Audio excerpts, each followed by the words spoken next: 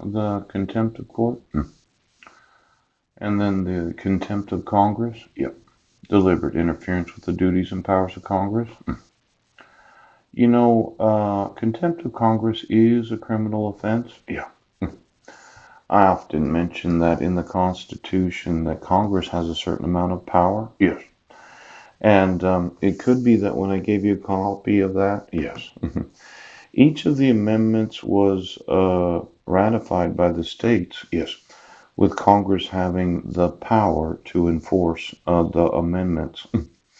Now, there is a considerable amount of concern that there are those in government, yeah, they actually hate the United States. It's nice having a job, yes. It's nice being able to call yourself a police officer, a sheriff, or a judge, yes. But when it really involves the enforcement of the laws, you hate them. Absolutely unnecessary. And it would just be, excuse me, yeah. It's so much easier if we just do what you say. Now, my mindset was that they're somewhat important. And this terrorism that you say that you're not involved with, yes. See, terrorism is this idea of hating another nation, yes, so as to destroy it.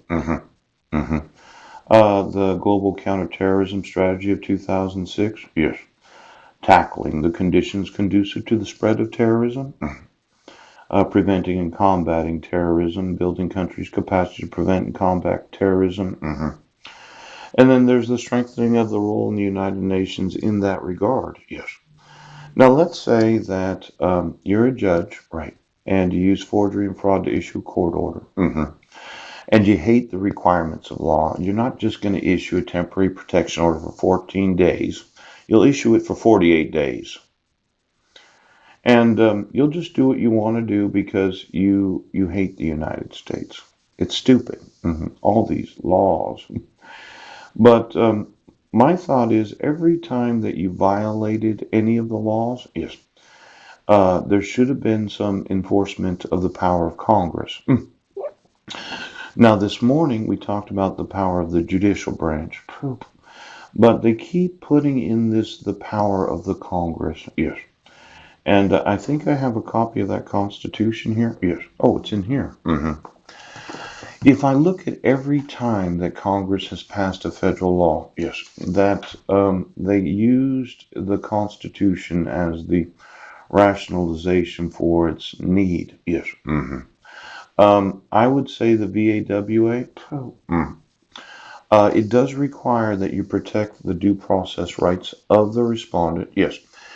And you have to have personal and subject matter jurisdiction that would require the petitioner to have to appear in court, yes. Now, I know they call it the Violence Against Women's Act, yes, but it does involve the minors and their right to have a protection order, yes. Now, there's number 15, the rights of the citizens to vote, yes, section 2. The Congress shall have power to enforce this article by appropriate legislation. Look at that. Section number 5 of number 14 amendment is the Congress shall have power to enforce by appropriate legislation the provisions of this article. Yes. The power of the Congress. Yes. Amendment number 17. Yeah. That has to do with Congress. Yes. Amendment number 18. Ratification. Yes. Oh, the Congress have concurrent power. Oh, Amendment number 19. Yes. Congress shall have the power. And then Amendment number 20. Yes. Following ratification, inoperative ratified amendments, so on and so forth. Congress, what's the term of the president and vice president? 21. Transportation, possession, that must be the alcohol? Yes. Ratified amendment of the Constitution and provided 7 years from date of submission? Yes. Amendment number 22, no person elected president? Yes. Ratified amendment Constitution, 3/4 several states? Yeah. Oh, amendment number 23, the district constituting the seat of the government of the United States shall appoint in such manner as Congress may direct. Yes. Section number 2, the Congress shall have the power. Amendment number 24, the Congress shall have the power. Section 2. Yes. And then the Congress shall have the power in Amendment number 26. Yes. 18 years of age or older, the vote shall not be denied or abridged. Yes. I would say that you're abridging this right to vote because of your registering of those that are 16 to 17 years old. I mentioned that I was going to sue you for that. Now, Amendment number 27, no law varying the compensation for services. Yes. That happens to do with Congress itself in 1992. Ouch. Somebody was trying to affect the actual compensation of those in Congress. Yeah. Now, this amendment number 14 says that you cannot do certain things. Yes. Now, amendment number 13 says Congress shall have the power to enforce the article appropriate legislation. There is no slavery nor involuntary servitude. Yes. Mhm. Do you think slavery is a problem? Wouldn't you just enslave the population, obligate them to go to prison and work for what they eat? Yes. How about the involuntary servitude? Is there anything about the judicial system? Amendment number 14, all persons born or naturalized subject to the jurisdiction are citizens of the United States. And then when I tell you that you're not enforcing the laws, you seem to think that you can hate the United States. Are you sure it's not terrorism? Brent! Representatives apportioned? Yes. States, numbers, voting? Yeah.